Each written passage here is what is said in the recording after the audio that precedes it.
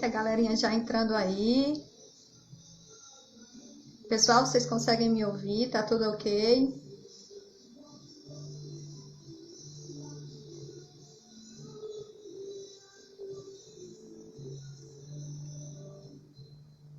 E aí, pessoal, consegue me ouvir? Alguém diga alguma coisa para eu ter certeza que vocês estão conseguindo me ouvir. Muitos advogados queridos, colegas.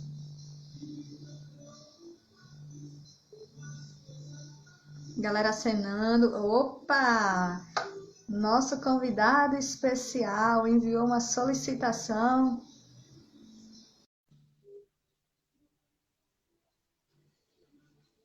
Ok. Bia. Eita, tá dando tudo certo. Olá, doutor Tudo sob Hamilton, boa controle, né? noite. O senhor consegue me ouvir? Consigo, escuto bem. Pronto, deixa eu só aumentar aqui um pouquinho também para eu também conseguir lhe ouvir bem. Show.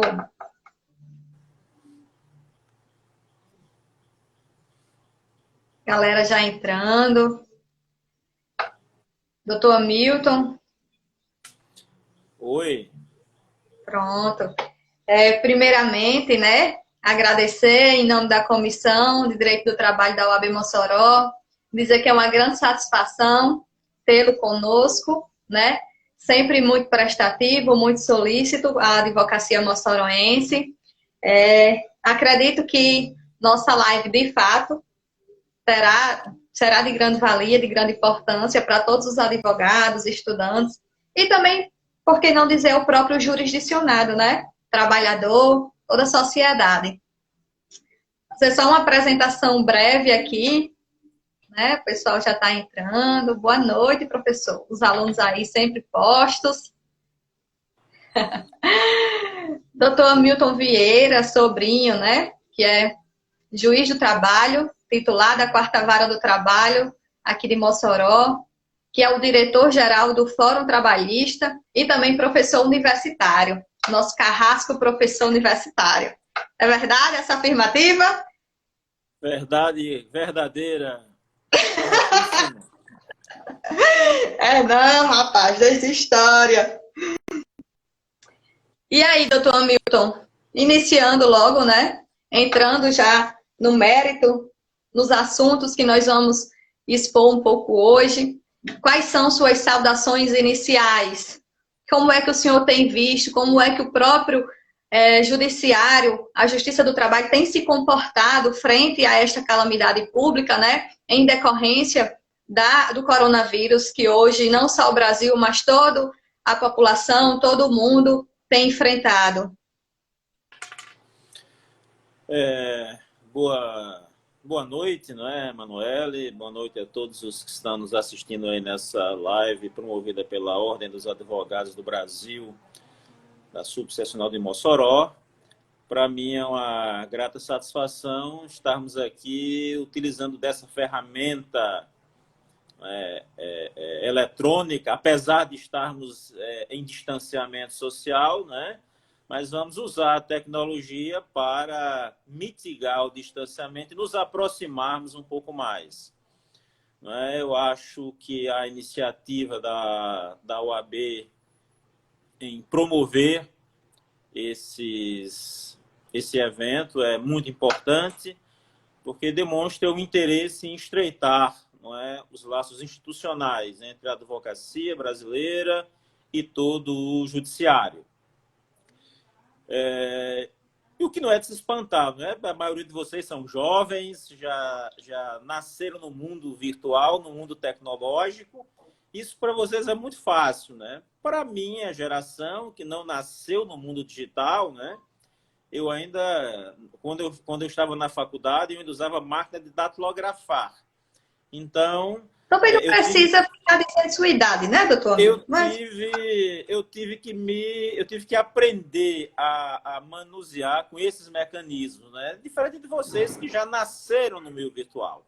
Então, para vocês é mais fácil, né? Para nós que estamos aí na transição, já é um pouco mais complicado, porque a gente tem que aprender um pouco. Agora, você imagine pessoas bem mais velhas do que eu, né? Bem mais antigas, não é? Como às vezes não acham a tecnologia amigável. É verdade. Mas felicitar vocês por essa iniciativa.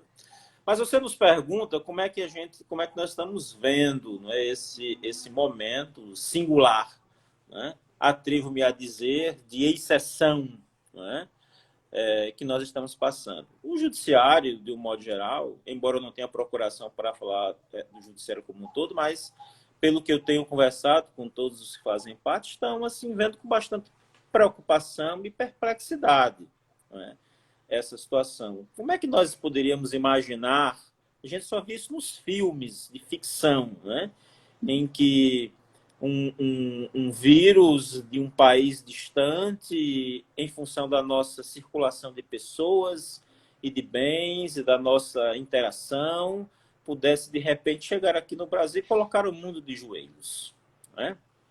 Que o mundo está de joelhos hoje. Então, o que nos resta a verificar como nós podemos, como é que nós vamos superar esse momento complexo, né? Que atitudes devemos tomar para mitigar os efeitos disso. Agora, estamos realmente preocupados, né? Porque a pandemia, ela praticamente paralisou o judiciário. Não vamos ser ingênuos em dizer o contrário, né? O judiciário brasileiro, que já sofria muitas críticas e sofre muitas críticas, umas justas, outras não tanto, né, em função de sua lentidão, em função dessa questão da pandemia, ele ficou paralisado um certo tempo e agora, a partir deste mês, espera-se criar essas condições para que possam, né, as atividades possam retornar. Embora, diga-se de passagem, é uma expectativa que até nós mesmos estamos nos adaptando, né? Criando estratégias para que essas atividades retornem, né? Não vamos dizer que vai voltar ao normal, né, como era antes. Não se trata disso. Mas, pelo menos, alguma estratégia nós temos que desenvolver para simplesmente não ficarmos paralisados de tudo. Porque uma coisa que não parou, não é, foi a injustiça, uma coisa que não parou foi a criminalidade, uma coisa que não parou foram as violações aos direitos, e o judiciário ele tem que resolver essa problemática, é a sua missão institucional. Então, Emanuel, doutora Emanuela, como nós vemos isso, nós vemos com preocupação, nós vemos com perplexidade, nós também temos muitas dúvidas, tá certo? Agora, de uma certa maneira, né, nós temos que nos adaptar. Eu não gosto de usar a palavra reinventar. Isso é uma coisa muito do mundo corporativo, né? A gente tem que se adaptar a isso e, agora, mais do que nunca, criar estratégias para chegar mais perto, né, do nosso jurisdicionado, conhecê-lo bem e tentar entender as suas dificuldades e, de alguma maneira, dentro do que for possível, dentro dos instrumentos que a gente tem, dos marcos legais que a gente tem, da nossa criatividade, tentar resolver alguns dos seus problemas. É isso? Perfeito. O senhor mencionando isso, óbvio que me vem à mente, em que pese eu seja muito nova, né? Advogue há pouco mais de 4 anos, me lembro que assim que iniciei nesta vida, né, de operadora do direito, algumas pessoas não gostam de utilizar essa nomenclatura, mas, enfim, lembro do tanto de resistência que nós tivemos com relação à utilização do PJE. E aí existia grande resistência por parte da advocacia, especialmente por estas pessoas, por estes advogados, que, como o senhor mencionou, já era de uma outra geração. Então, de fato, traz, quer queira ou quer não, o novo, ele acaba nos trazendo um pouco de resistência, né? Ele tem que nos tirar da zona de conforto. E aí isso faz com que nem sempre sair dessa zona de conforto seja bem aceito.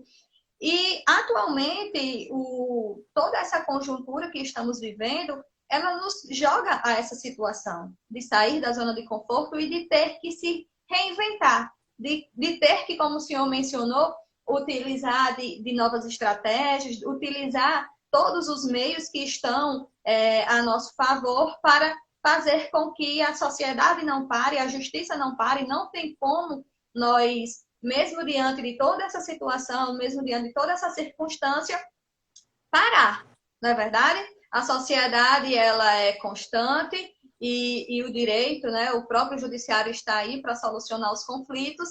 Então, mais do que nunca, temos sim que usufruir destas tecnologias, não é verdade? Eu elaborei aqui estou aqui, ó, com uma colinha, como uma boa aluna. Brincadeirinha. Eu elaborei aqui um roteiro para nós não nos perdermos, tá certo?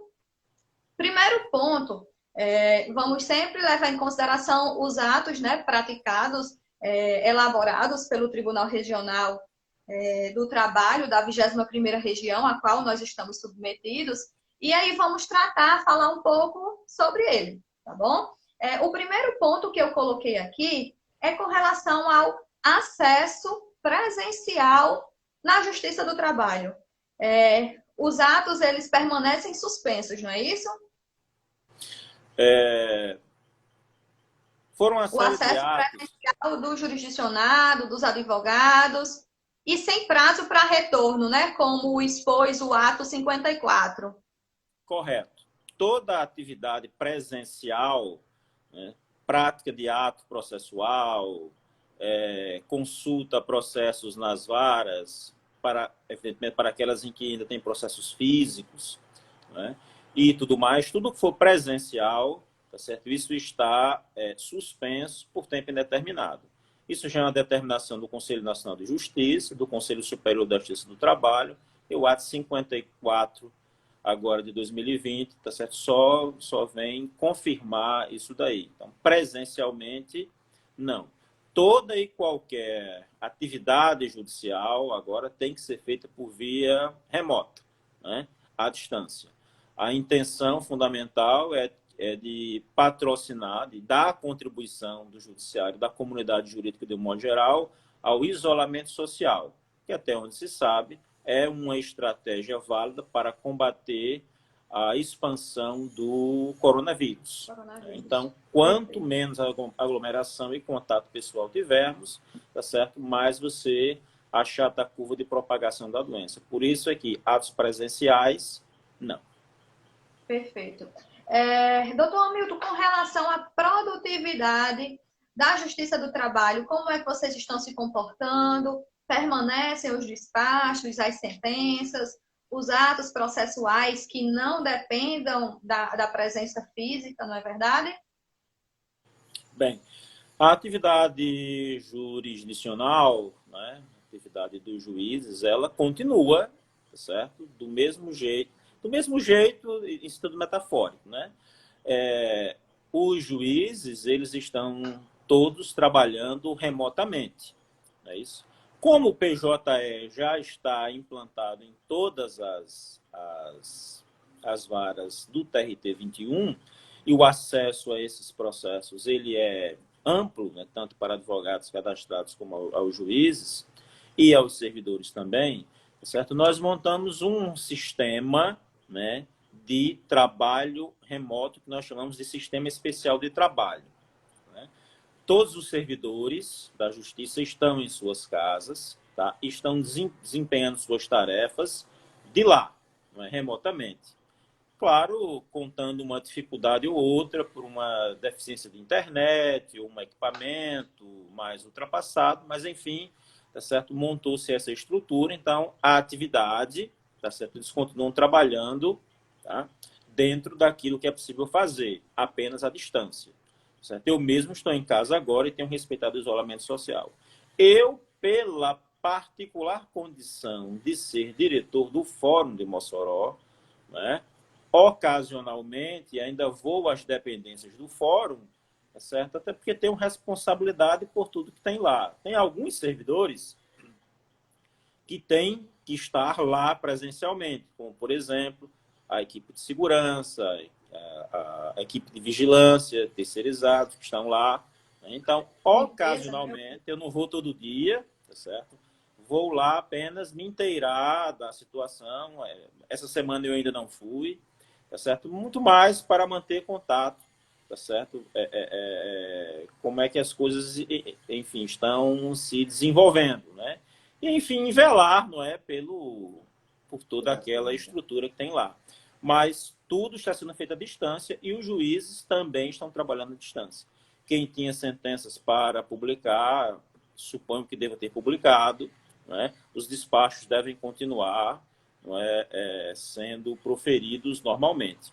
Eventualmente, pode haver um atraso ou outro, mas uma situação mais assim particular, né? Ou um cálculo mais complexo, ou algum processo de exame mais complexo também, mas, em tese, tá certo? Toda atividade que não dependa de presença física está sendo realizada normalmente, só que à distância, né?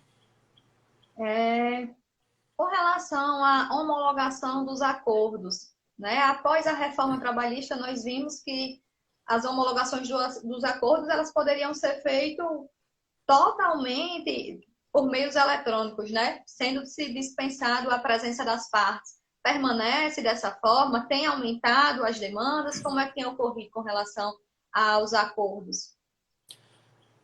Bem, o que o judiciário orienta, né, dado o nosso contexto de excepcionalidade, né, para evitar aglomerações e, enfim, atos presenciais, é de que as propostas conciliatórias, tá certo, sejam feitas por escrito e enviadas ao processo para apreciação do juiz. Então, homologações de acordo podem ser feitas por petição nos autos? Pode, não há nenhum impedimento a isso. Nós estamos montando algumas estratégias, tá certo, para permitir a possibilidade de audiências de conciliação telepresenciais. O nosso SEJUSC, aqui em Mossoró, comandado pelo Dr. Gustavo Muniz Nunes, também já está se preparando para isso e acredito que já deve ter feito até algumas audiências nesse sentido, embora eu não tenha certeza. Mas ele é juiz em Açu e já fez algo parecido com isso lá na jurisdição de Açu. Então, o SEJUSC também vai funcionar, mesmo que de via remota, e a tendência é que também façamos audiências, tá certo, de conciliação. Mas, se as partes quiserem chegarem a um denominador comum e quiserem conciliar atravessando a simples petição nos autos, o juiz vai apreciar aquilo, enfim, normalmente, né? Eu só recomendo, para agilizar a análise dessas situações, né, é que se sinalize no PJE que se trata de uma petição urgente.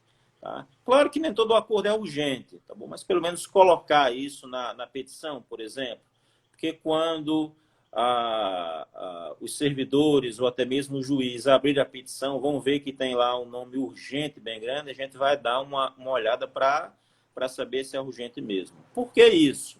Né?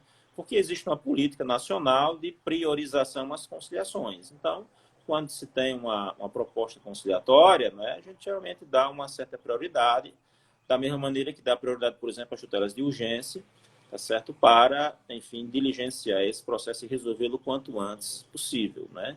A solução negociada pelas partes, respeitado algumas ressalvas que a gente sempre coloca, né, é sempre uma solução assim muito sábia, né? Desde que se preserve, não é, as normas de ordem pública, os direitos de terceiro e não implique enriquecimento indevido de uma parte em detrimento da outra.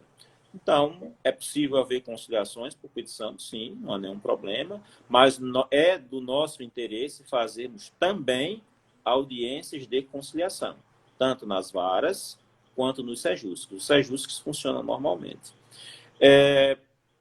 Eu observei, alguns dias para cá, um pequeno aumento de pedidos de conciliação, tá certo? Mas não de processos que estão em andamento, tá? Eu não apurei esses dados ainda, tá bom? Mas eu tenho detectado, mas esse momento pequeno, tá? Assim, não chegou nem a alterar a curva, a gente monitora isso, tá? Nós temos mecanismos para isso, né?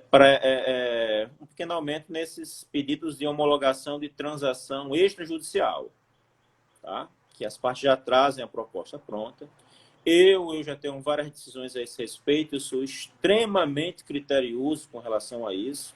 Eu tenho uma visão acerca de certos requisitos que a boa doutrina, a doutrina mais clássica, mais consistente, necessita, exige para que isso seja feito, né?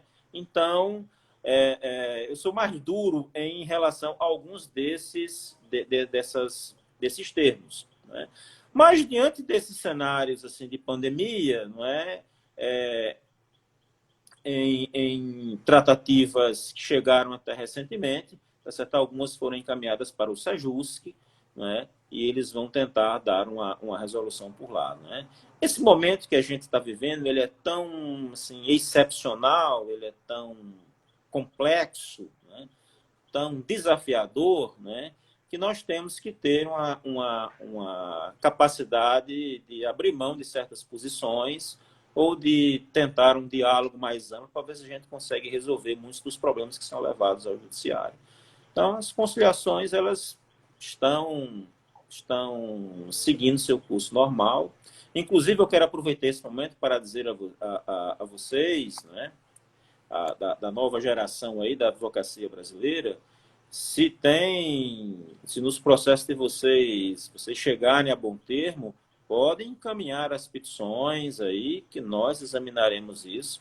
Todas as varas de Mossoró vão examinar isso dentro da brevidade possível, né? Se estiver demorando demais, pode entrar em contato com a direção das varas, né? Pelos meios eletrônicos também, pelo e-mail das varas, que é de conhecimento público, que a gente tenta diligenciar isso aí sem nenhum problema. Perfeito. Doutor Hamilton, tem uma das ouvintes que, quando nós estávamos falando sobre a paralisação, né, a suspensão temporária de atos presenciais, de comparecimento do próprio jurisdicionado, do trabalhador, ela fez um levantamento extremamente interessante, que é com relação ao juspostulando e assegurado na Justiça do Trabalho, não é verdade? Nós sabemos que o juiz postulando, eu não sei se todos os nossos ouvintes são da área do direito, se tem algum trabalhador, então só deixar claro que é exatamente aquela possibilidade do trabalhador ajuizar uma demanda, né, dar entrada nos processos trabalhistas, como eles comentam, sem a participação, sem o acompanhamento de um advogado. Eu não aconselho, tá certo?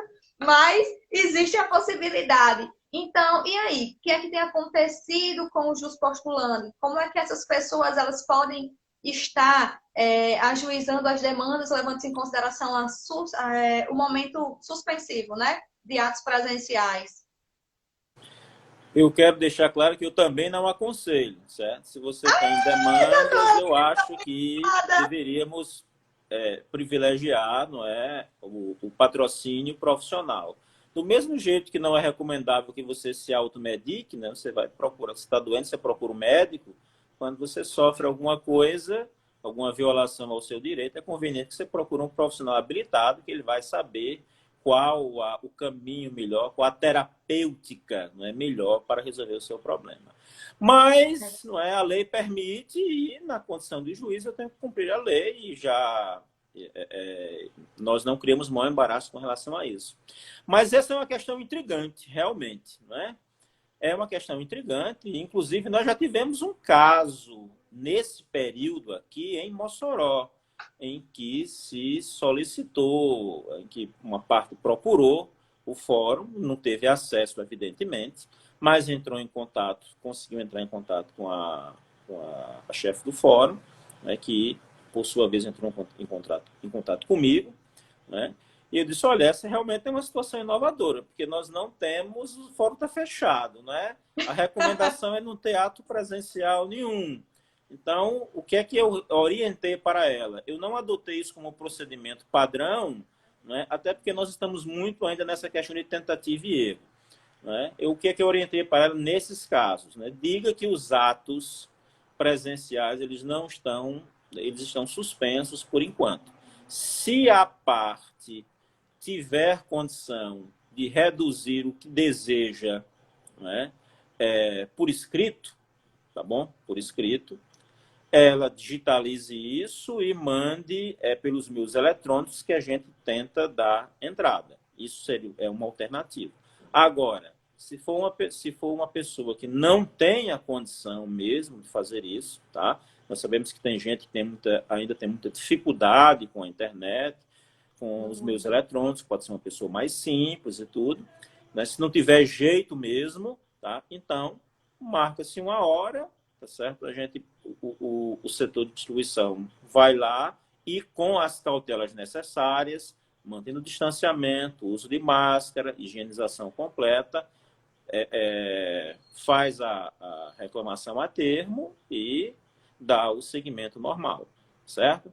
Então, o que a gente imagina é fazer de um tudo para evitar o contato presencial. Agora, se não tiver outra alternativa, aí a gente faz um atendimento, vamos dizer assim, com hora marcada, ele vai até o fórum, né, a gente abre, ele entra, faz a reclamação dele e a gente dá seguimento ao processo, tá certo? Inclusive, tá certo? Eu quero deixar claro, doutora Manuela, que são situações tão inovadoras que nós não temos as respostas precisas para todas, né, as situações. Perfeito. Muitas dessas situações a gente vai ter que ir descobrindo, criando soluções para o problema que aparece, né? Como é que a gente iria imaginar uma pandemia que ia todo mundo ficar isolado, mas aí bem, e as reclamações ativas, como é que a gente faz? É uma situação, assim, realmente muito complicada, né? E eu digo isso porque eu também sou, como diretor do fórum, sou responsável pelo posto de Pau dos Ferros, né? Se aqui em Mossoró nós já temos dificuldades, agora você imagine o público do posto avançado de Pau dos Ferros, que pega ali mais de 35 municípios, trabalhadores rurais, né? Empregados domésticos, garis, né? Quando você fala de internet para muitas dessas pessoas, é a mesma coisa que falar de física quântica, né? Pra gente é um conceito longe. Eu me compadeço muito, de fato. E isso aí me fez, nós como estudiosos, né? O direito sempre em constante evolução, por óbvio, né? É necessário que seja, já que tenhamos a obrigação de acompanhar a sociedade. Estava participando de um congresso totalmente online, ligado totalmente à Justiça do Trabalho, né? Direcionado à Justiça do Trabalho. E um dos pontos que um dos palestrantes levantou, e eu achei assim, de extremo brilhantismo, né? O quanto nós podemos evoluir, o quanto nós podemos pensar algo. O quanto foi delicada aquela situação foi com relação à prescrição, o prazo prescricional para o juiz postulante que estava temporariamente impedido de ajuizar a sua ação. Eu achei muito incrível, porque era também uma das possibilidades, né? Falarmos de prescrição bienal para o ajuizamento da demanda da unidade pública. Vamos lá. Acredito que deixa eu ver. Outro ponto também que um dos nossos ouvintes, eu acho que, pelo menos da minha parte, é o momento que eu estou mais ansiosa, é discutir as audiências telepresenciais no ato 54 do TRT 21. Não é? Isso aí, com certeza, tem nos trazido muitas preocupações. Eu falo por mim, o quanto, assim que eu li pela primeira vez aquele ato, eu fiquei muito preocupada, muito angustiada, porque acredito que quando há a necessidade da produção da prova oral, na sua grande maioria das vezes, eles são os responsáveis pela resolução do conflito, né? Então, aquela produção da prova oral, ela vai instruir, ela vai orientar o julgador para resolver a demanda. E aí, quando nós vislumbramos a possibilidade de uma audiência de instrução e julgamento presenciais, Queria saber como é que a magistratura tem recebido essa possibilidade, como é que os seus colegas, julgadores, juízes, têm se posicionado quanto a isso e o seu posicionamento pessoal. Bem, foi bom você ter tocado essa questão da prescrição. Aí é um tema realmente palpitante, que ainda vai dar motivo para muito debate jurídico, né? Mas pelo menos uma coisa é certa: no período em que os atos administrativos suspenderam, não é, as atividades da Justiça do Trabalho, do Judiciário como um todo, eu acho que seria de uma insanidade jurídica se falar em prescrição, né, nesse período, né? Você só pode falar nisso a partir agora do 4, né, que os prazos, né, voltou a correr. Mas isso é uma coisa que nós temos que refletir bastante sobre isso. As audiências, não é?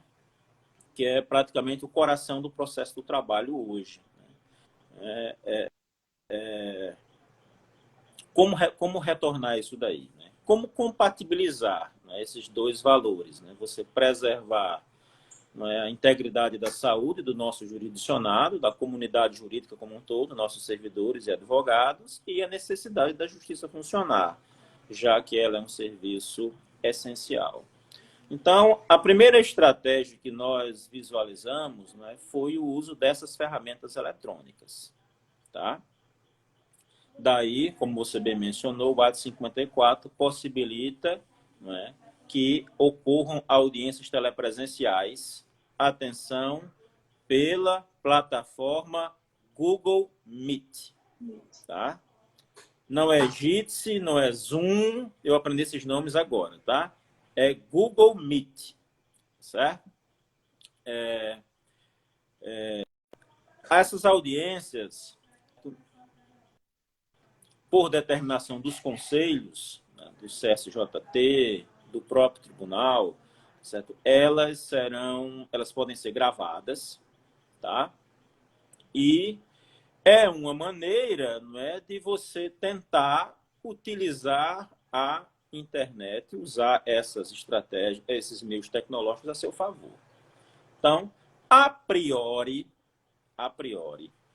em um contexto em que todos os agentes do processo, todos os sujeitos do processo tenham condição efetiva, tenham meios, tá? Ou seja, tenham equipamento, tenham internet com qualidade suficiente de fazer essa interação, eu não vejo maior problema, tá certo? Eu confesso que sempre fui muito reticente a essas audiências, tomada de depoimentos à distância. Num primeiro momento, eu sempre, né, estranhei um pouco isso. Porque existem situações em que só o contato presencial, né, o contato presencial é muito importante. Você descobre muita coisa, você tira muitas dúvidas, você visualiza muitas situações, né? A linguagem corporal, né? E assim, a teleconferência priva não só o juiz, mas como os membros do Ministério Público, os advogados disso, né?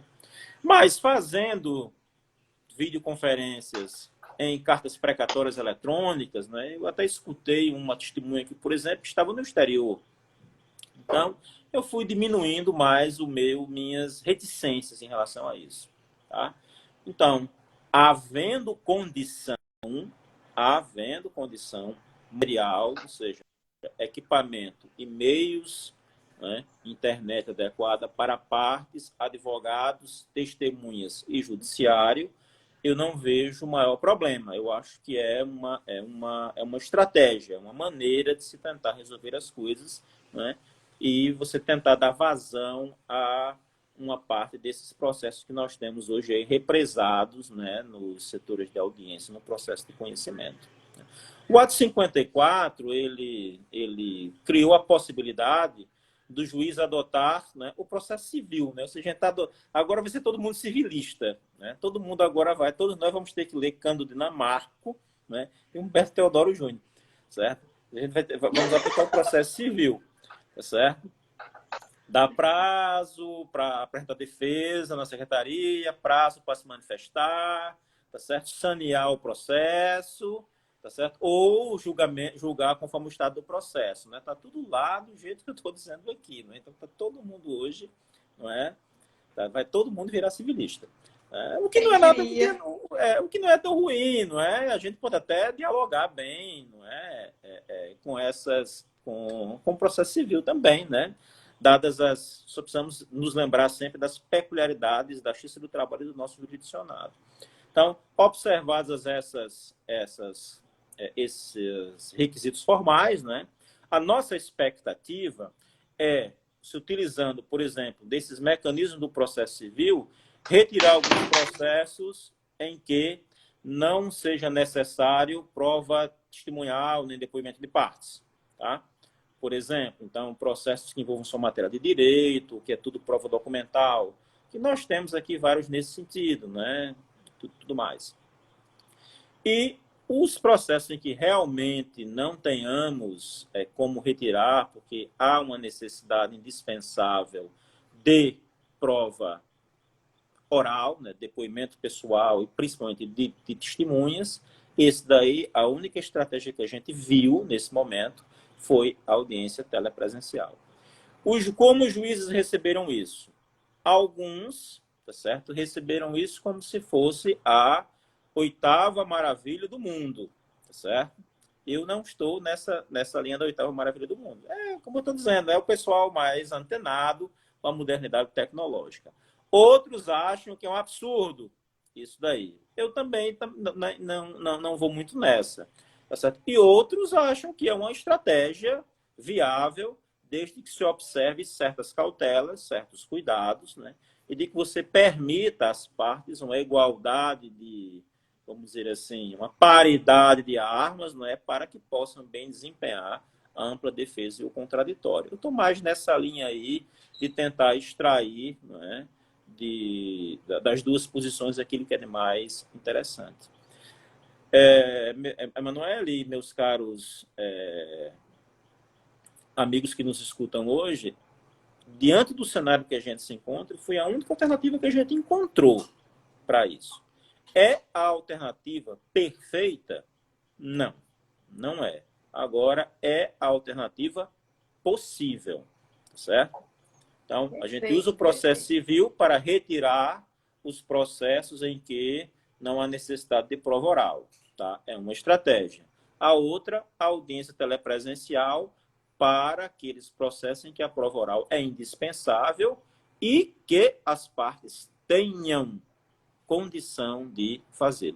Eu conversava com alguns colegas aqui, inclusive, e isso é uma coisa meio que consensual entre nós, no sentido de que nós temos que ter a mente aberta, por exemplo, para pedidos de adiamento de audiência. Tá? Vocês sabem muito bem, né, que na Justiça do Trabalho, né, a gente não costuma adiar audiência por qualquer coisa. Tá? Apesar das nossas pautas aqui antes da pandemia, né, elas estarem bem curtas, né, mesmo com as pautas curtas, 15 dias úteis, 14 dias úteis, dependendo do dia que você protocole a ação, né, a gente não adiava com muita frequência. Certo? Uma doença, uma viagem inesperada, né, uma situação parecida com isso daí, são situações normais. Tá certo? Mas agora a gente vai ter que ser mais temos que ter uma certa dose de razoabilidade, né, de sensibilidade, tá certo? Para entender que existem pessoas que têm acesso a uma boa internet e outras que não têm.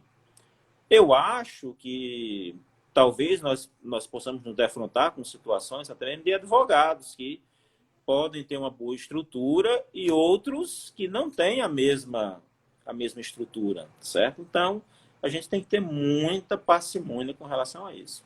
Agora, o próprio ato prevê e o Conselho Superior da Justiça do Trabalho diz, quando não tiver jeito mesmo, tá? Quando você está impossibilitado de tudo, de não fazer audiência, não faz, fica isso, né?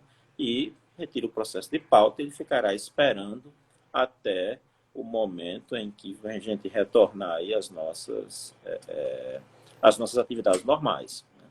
O que nós queremos fazer, não no mesmo volume da atividade presencial, mas tudo o que for possível em que as partes tenham condição de interagir por meio da teleconferência, a gente conseguir fazer. Tá? Aí, cada vara vai ver a melhor estratégia aí, né, para isso. Tá? Quantas audiências coloca, né? Enfim, aí vai depender muito do tirocínio, né, e da habilidade de cada juiz. Perfeito. E falar em audiência, né? Falar sobre as possibilidades de audiência de instrução e julgamento, sempre vem inúmeros questionamentos. Como o senhor bem colocou, nós não temos, como uma ciência subjetiva, né? Nós não temos resposta para tudo, mas cabe a nós questionarmos, indagarmos para ver se chegamos num consenso em alguma resposta. Levando-se em consideração isso, eu pensei na seguinte situação. Suponhamos que está marcada uma audiência de instrução e julgamento, o ato de partes, ela, óbvio, por óbvio, tem que tomar e expor as possibilidades, né, partes, testemunhas, tudo ok, os advogados não se manifestaram dentro do prazo de 3 dias úteis anteriores à realização que o ato 54 prevê, né, esse prazo de 3 dias úteis para se manifestar e expressar a impossibilidade técnica. Está tudo ok, está marcada a audiência, está lá disponível a sala, né, de audiência e, por algum motivo, a parte não comparece. E aí, diante dessa situação, aplicar-se-ia de imediato a revelia, conceder-se-ia prazo para que ele se manifestasse? E aí, doutor Milton, o que a senhora acha dessa situação? Mais uma situação intrigante, não é? E inovadora. Como é que a gente vai lidar, não é, com essas situações? Nós não chegamos a discutir, certo? Mesmo aqui em Mossoró, esses aspectos jurídicos propriamente ditos. Tá certo? Como em todos os processos nós estamos despachando no sentido de já oportunizar as partes de apresentar defesa a gente está dando prazo para apresentar a defesa, né, em secretaria, né, de maneira semelhante ao que se faz no processo civil, né? Então, essa revelia do processo do trabalho, porque a empresa não apresentou defesa, isso aí fica superada. Será decretada a revelia dela se no prazo que nós concedemos ela não apresentar a defesa, tá? De maneira idêntica ao que acontece no processo civil. Agora, se a audiência é marcada, né, nós criamos a sala lá, né, todo mundo, certo? Disponibilizamos o link e, na hora, certo, a gente chama as partes para participar. Né? Alguém não comparece, né? Isso realmente é uma situação nebulosa, eu acho que a gente tem que analisar caso a caso. Se ficar comprovado alguma impossibilidade técnica, o ideal é reaprazar. Me parece que isso é meio que consensual em torno disso. Agora, se formos aplicar a lei em sentido estrito, né, houver uma contumácia da parte em se comprometeu a comparecer naquele dia, naquela hora e não fez, pode sofrer as sanções, tá? que a própria lei prevê. Certo? Eu acredito que essa não será uma tendência da magistratura. Tá? Eu acho que a magistratura vai ser mais tolerante em relação a essas audiências telepresenciais, tá certo? Até porque as deficiências de internet, né, elas são muito grandes, tá certo? E aí isso pode gerar uma deficiência na comunicação, tá certo? Então eu acho que é uma tendência, até uma obrigação nossa de ser um pouco tolerante com relação a isso. Agora, se a contumácia da parte, né, ficar comprovada, não restará outra alternativa a não ser, não é, aplicar aquela, não é, que está prevista na súmula 74, por exemplo, né? Revelia, eu acho que perigo não se corre, porque agora nós estamos dando prazo para que ele apresente a defesa em cartório, em secretaria, desculpe. Então, esse risco ele é diminuto. Né? Eu acho que o doutor Jada está aqui, eu estava vendo os nomes passaram rapidamente aqui na listinha, né? E ele questiona, acho que se eu entendi direito, essa dificuldade de internet. Isso é verdade mesmo. Né? Essas dificuldades é uma impossibilidade técnica, né? Eu não sei se a parte tem condição de participar da audiência. Eu não sei se os advogados, naquele momento, a internet vai estar boa. Eu não sei se as testemunhas vão ter uma boa internet em casa. Então, a gente vai ter que, através do diálogo, né, sendo bastante tolerante com relação a isso daí. Não é verdade? E em cada caso, a gente vai tentando tomar a decisão mais equânime possível. Agora, eu só quero deixar claro uma coisa: nós não vamos voltar na via presencial com a mesma intensidade e volume que a gente fazia anteriormente. Né? Aqui nós fazíamos, na média, 12, 13 audiências assim, diárias, não é verdade? Não temos condição de fazer 12 audiências de instrução por dia. Então, vamos tentar distribuir isso, né, no curso da semana. Repito, isso aí cada vara vai decidir para ver a quantidade, a melhor forma de fazer. Né? Vamos começando pelas audiências mais simples, aquelas que a gente já conhece, e depois a gente vai fazendo as mais complicadas, aquelas que tem que ouvir muitas testemunhas e tudo mais. Neste momento também eu acho interessante nós sempre citarmos os princípios, né? O princípio da boa-fé, princípio da cooperação, tanto de todas as partes, né? Seja dos advogados, dos próprios trabalhadores, dos reclamantes, das reclamadas, para que, de uma forma cooperativa, a gente consiga realmente chegar a uma solução. Uma solução que se aproxime cada vez mais ao senso de justiça, que possamos entregar ao jurisdicionado uma resposta que eles tanto almejam, né? Diante de toda essa situação, que foi que o doutor Romero colocou aqui, uma preocupação que tem sido. Pois quando falei com relação ao Congresso Trabalhista que participei, eles levantavam muito as preocupações sobre nulidade dos atos processuais. Já havíamos mencionado no início da nossa live a importância do contato físico, né? Nós sabemos que há expressões corporais na Justiça do Trabalho, principalmente a produção da prova oral, né? Por meio do depoimento das partes, por meio do interrogatório das testemunhas.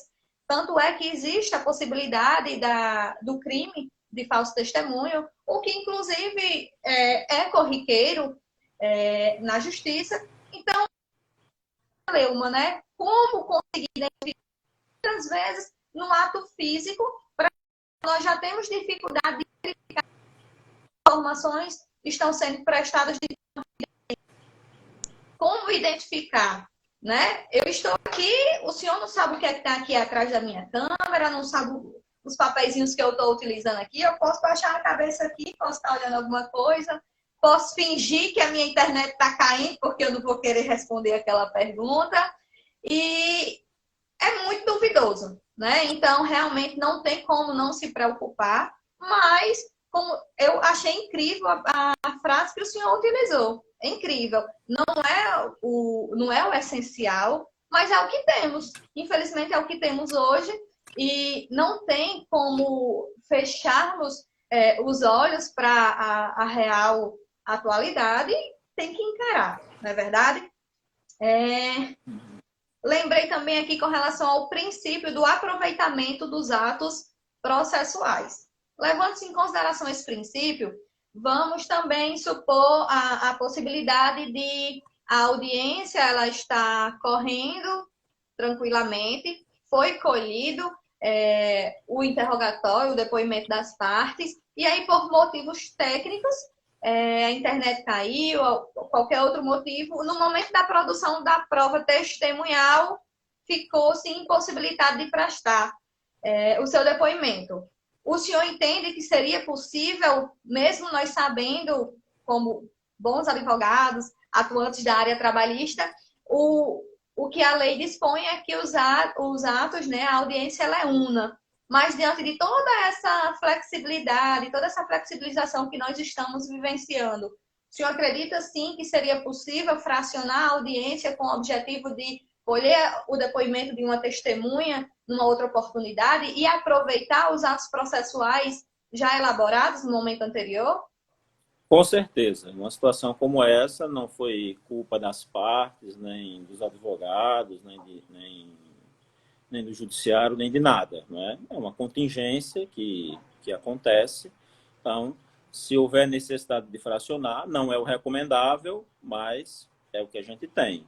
Colhe-se o depoimento das partes, não deu para ouvir das testemunhas, marca-se outro dia e a gente colhe o depoimento das testemunhas sem nenhum problema. Tá? Eu só queria enfatizar, Manuel, o seguinte, eu vejo torno a repetir, eu vejo que há uma preocupação muito grande na operacionalização dessas audiências por teleconferência. E nós temos essa preocupação também. Como você mesmo mencionou aí, né? A possibilidade da testemunha ser evasiva, da possibilidade dela estar sendo orientada e tudo mais. O que é o ideal? Qual é o cenário ideal? O ideal é que o advogado esteja no escritório ou na casa dele, a parte na casa ou no escritório, né, dela, e as testemunhas em suas respectivas casas ou locais de trabalho, se elas trabalharem em atividades essenciais que não possam parar. Né? Cada um no seu quadrado, como diz aquela musiquinha que, graças a Deus, já saiu de moda. Não é?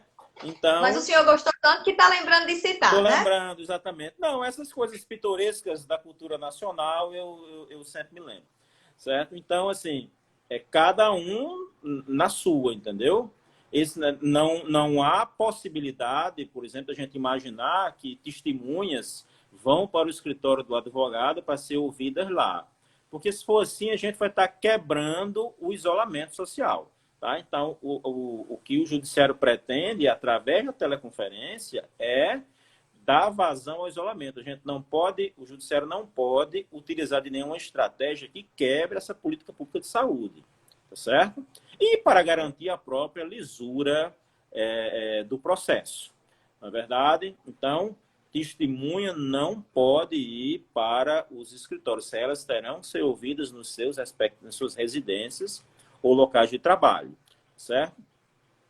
As partes,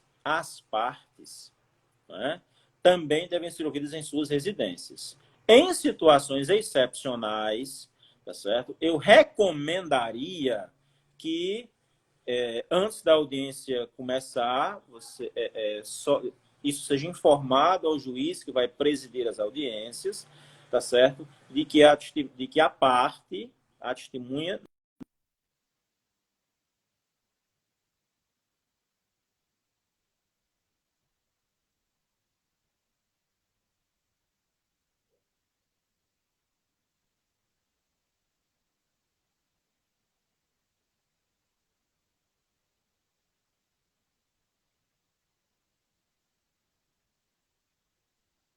Pessoal, o que foi que aconteceu aí? Doutor Hamilton nos abandonou.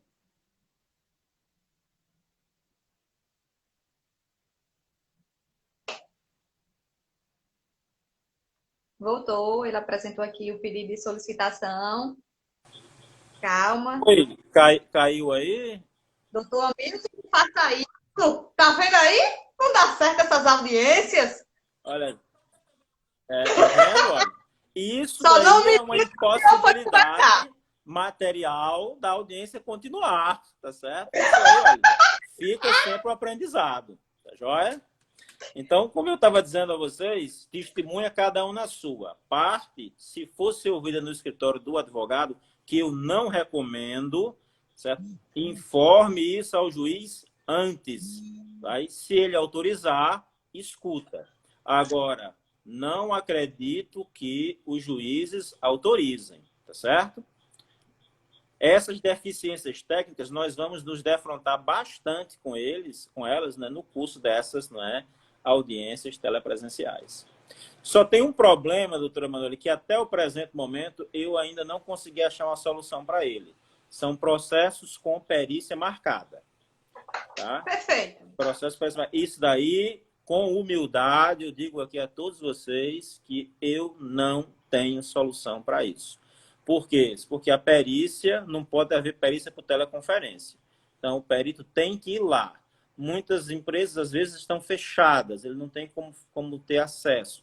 Mesmo que estivessem abertas, né, nós estaríamos mandando o agente da justiça para um local em que ele pode, eventualmente, se contaminar com a Covid. Então, realmente, processo que tem perícia, esses aí, a gente está tentando ver uma maneira, mas no presente momento, com humildade, eu confesso, eu não tenho solução para isso. Esses estão parados mesmo, e aí a gente vai ver como é que faz para retomar isso daí, se a ciência evoluir, dá uma maneira de proteger os peritos para que possam fazer as perícias, tá certo? Mas até segunda ordem, isso daí, eu não tenho solução.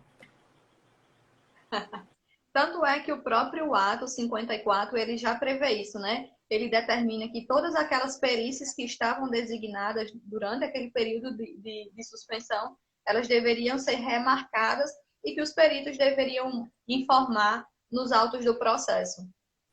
Doutor Romero brincou aí, viu? Ele pediu para constar na ata que o senhor saiu da live, viu? Não foi ser instruído não, né? Não, de maneira nenhuma. Eu acho que foi alguma... Olha, eu disse a você quando a gente estava conversando, aqui em casa eu tenho 2 internets, se eu juntar as 2 não dá uma, entendeu? Agora você imagine eu tendo que fazer uma audiência por teleconferência de bancário, por exemplo, certo? Num cenário desses, não é? É uma situação realmente muito delicado. É delicado. E aí, doutor Hamilton, infelizmente, eu estou aqui bem incrédula, porque passou uma hora, quase uma hora rapidinho. Fiquei receosa, fiquei com muito medo. Eu ficava pensando, meu Deus, será que vai ter assunto para nós conversarmos durante uma hora? Mas se deixasse, nós iríamos cada vez mais, porque o direito é isso, ele é apaixonante, ele nos instiga. Eu acredito que essa falta de resposta nos deixa cada vez mais instigados a procurar, né? A evoluir, a crescer como pessoas, como profissionais. E, infelizmente, já vou começar a me despedir, porque tenho um medo do Instagram. Me disseram que daqui a 30 segundos ela já apaga aí, só diz que vai apagar e pronto, né? Então, eu não posso jamais deixar de lhe agradecer publicamente. Eu, na qualidade de presidente, falo em nome de todos os membros, a quem quero publicamente também agradecer pelo entrosamento, por estar aqui trazendo questionamentos, dialogando conosco. Doutor Milton, dizer que é um motivo de muita alegria, de muita satisfação profissional tê-lo conosco na magistratura, tê-lo como diretor do fórum. O senhor é sempre muito responsável, competente, prudente, não só na magistratura, mas também na docência. Tive o prazer de ser sua aluna na pós-graduação, tenho certeza disso. O senhor sempre muito verdadeiro e pontual, compromissado com tudo que se propõe a fazer. E isso acalenta o meu coração, porque eu sei que o senhor dá o seu máximo, dá o seu melhor para estar uma jurisdição justa ao nosso trabalhador. Quero agradecer imensamente o senhor que prontamente recebeu, acatou o nosso pedido, por ter passado esse período aqui conosco, e pode ter certeza, o sentimento é de gratidão. Muito obrigada. E aí, quais são a sua mensagem? Eu só não aceito o que o senhor costuma dizer, vir com essa história de pessimismo. Seu pessimismo que lhe é peculiar, isso aí eu não aceito. Bora, mensagem positiva, vai. Eu aqui agradeço aí a lembrança, o meu nome, para a gente conversar um pouco sobre essas peculiaridades aí da justiça